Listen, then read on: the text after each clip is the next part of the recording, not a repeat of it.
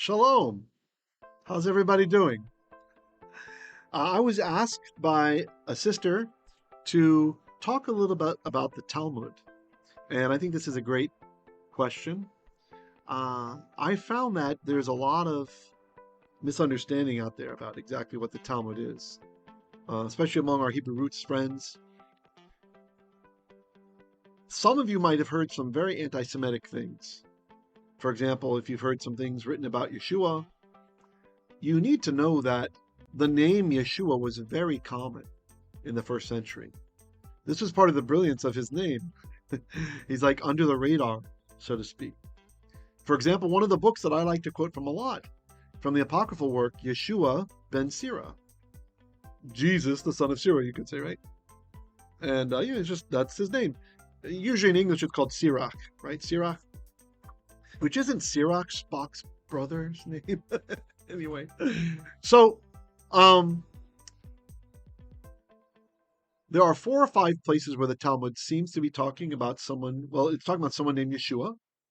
And if you talk to an Orthodox rabbi, many will deny that any of those places are about Yeshua HaMashiach, about Yeshua HaNotzri, right? But these are different Yeshuas. One that people usually think is probably him, the Talmud says was a magician, right? And, so maybe that's explaining the miracles. The problem is that guy was born 200 years later, right?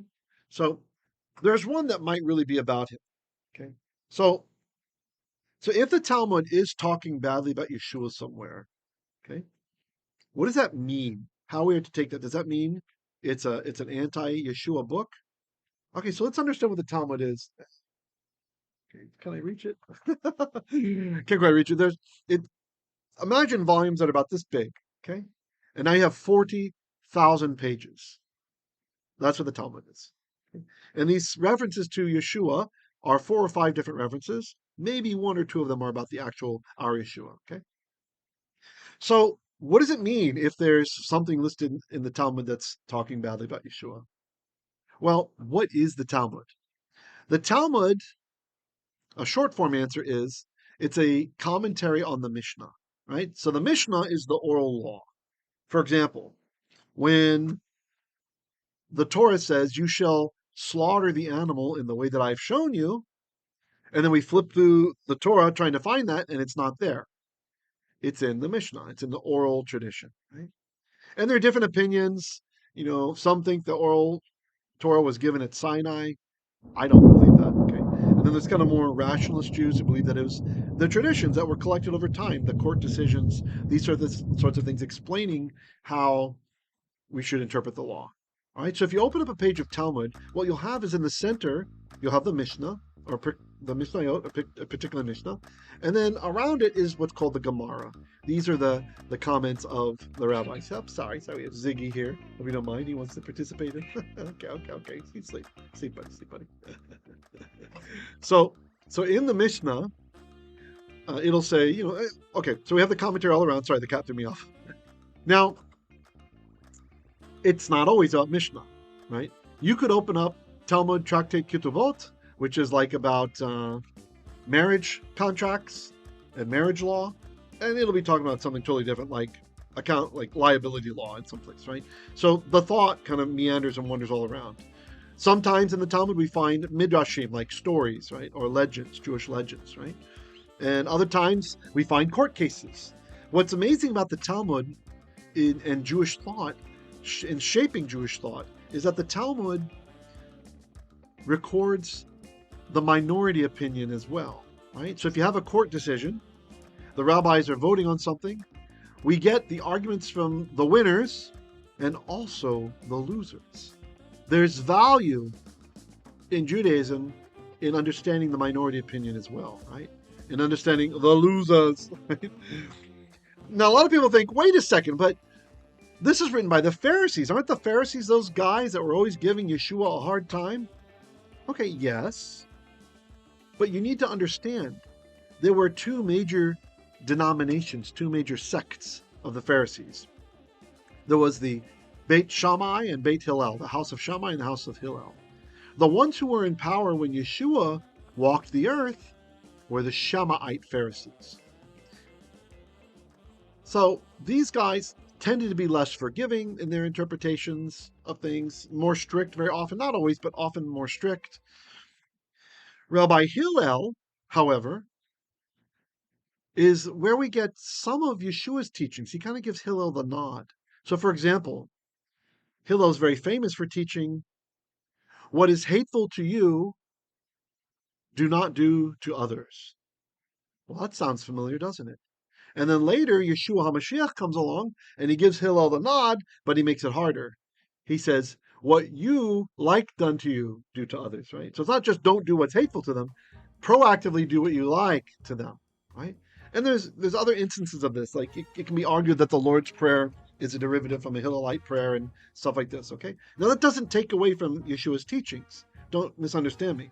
But it does kind of explain that we need to go a little bit deeper in our resolution than just the Pharisees, right? To show you how wide the gulf was between the Shemaites and the Hillelites, I want to explain what happened. After the death and resurrection of Yeshua, there was a time in our history before the destruction of the temple where the Hillelites took control of the Sanhedrin, right? They grew in popularity, they took control. And in a single day, they overthrew every single Shemite decision. All of them. Every decision they reversed. That's how diametrically opposed these groups were, except for 3 decisions. Right?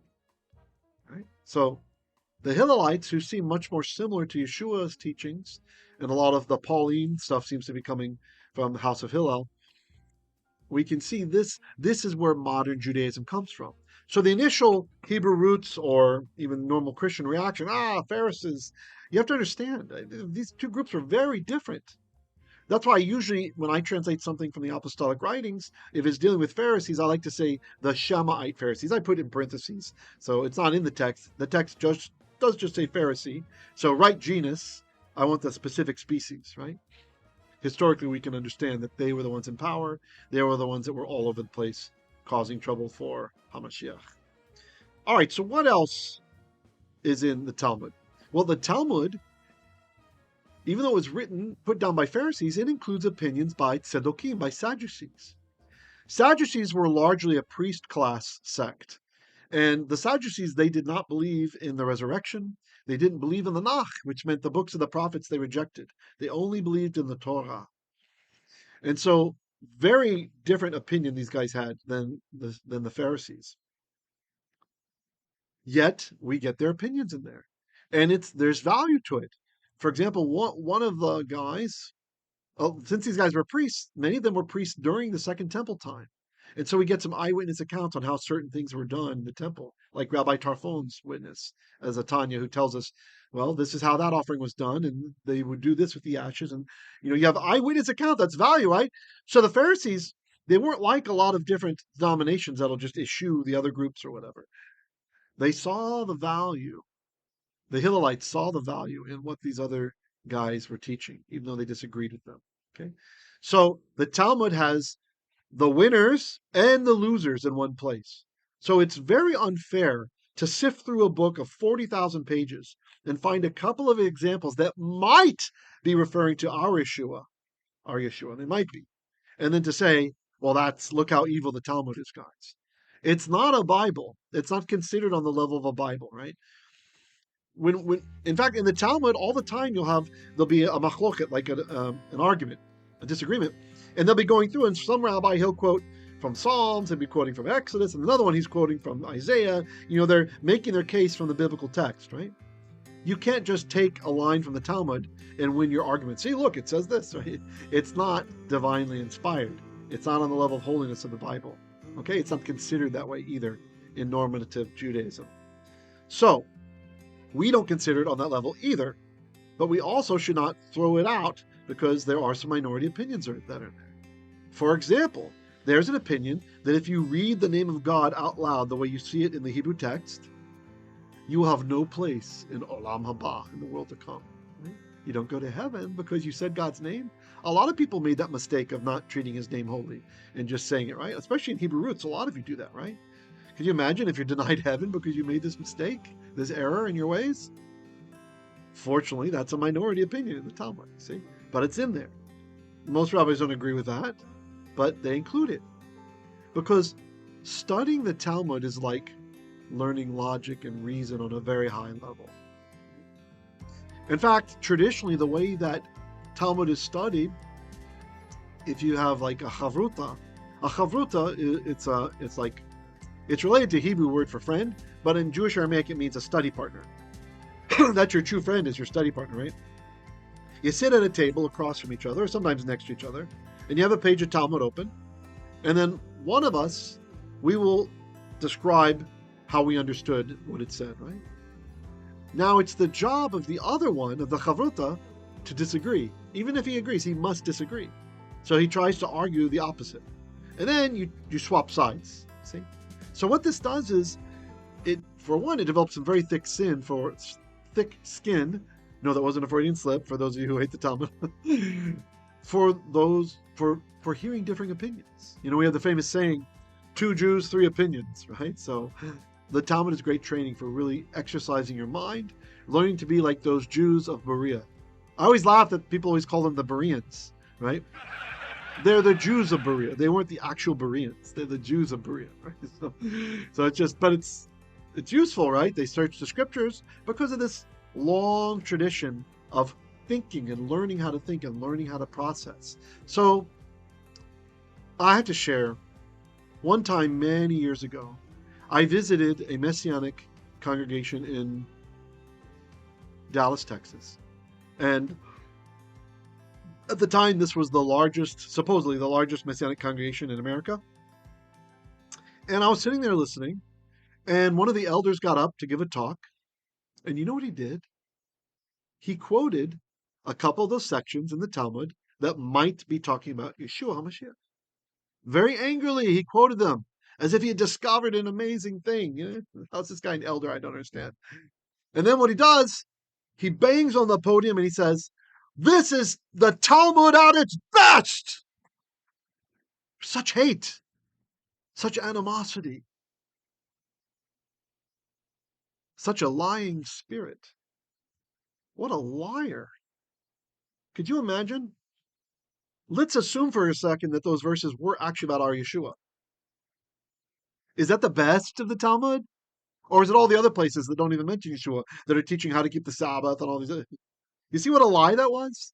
He chose the worst representation of you can think of it as a body of literature, like a collection of literature, right? It said, these pages from these books are the best you will find, so don't even bother. Such anti-Semitism, such hate, such idiocy. I hope that none of you will adopt those attitudes, because I see this spirit out there. I see it out there. I hear from anti-Semites sometimes too, somebody contacted me. I won't say who it was, because I enjoyed interacting with him a little bit. But this guy, he's got a channel, and he said he's trying to teach people that not all Jews are bad, right? So he's coming out of some anti-Semitism. And I watch him his videos, and he's doing the same thing. Quotes a couple things from the Talmud. This is what the Jews think. It's so dishonest. How many of you have heard something like that? I would love to hear in the comments below if someone has told you, or you've heard a preaching or whatever, quoting some of those bad parts of Talmud and teaching you that this is the norm, or representing Talmud as like the Bible or something, that Jews see it this way or something like that. It's a collection of stories. It's a collection of legal decisions where we get the majority, the minority. It's a collection of thousands of rabbinical opinions.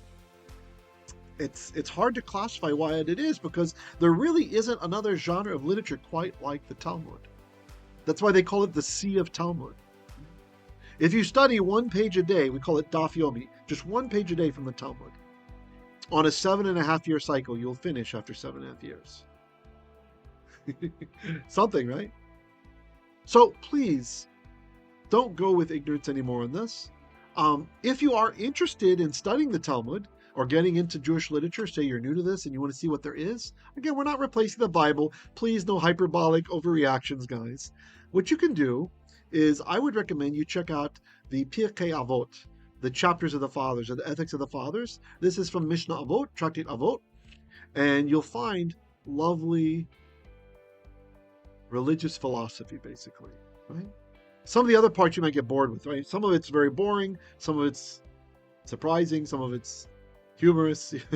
But in the Pirkei Avot, for those of you who've read the New Testament, it will feel like you're reading the New Testament, right? Because it's going to have quotations in there from some of the heavy hitters like Rabbi Hillel I mentioned. And please, going forward, if you're going to share about the Talmud with somebody else or share about other Jewish works or other things that affect Yiddishkeit, please remember what Rabbi Hillel taught. What is hateful to you, do not do unto others. Shalom, shalom.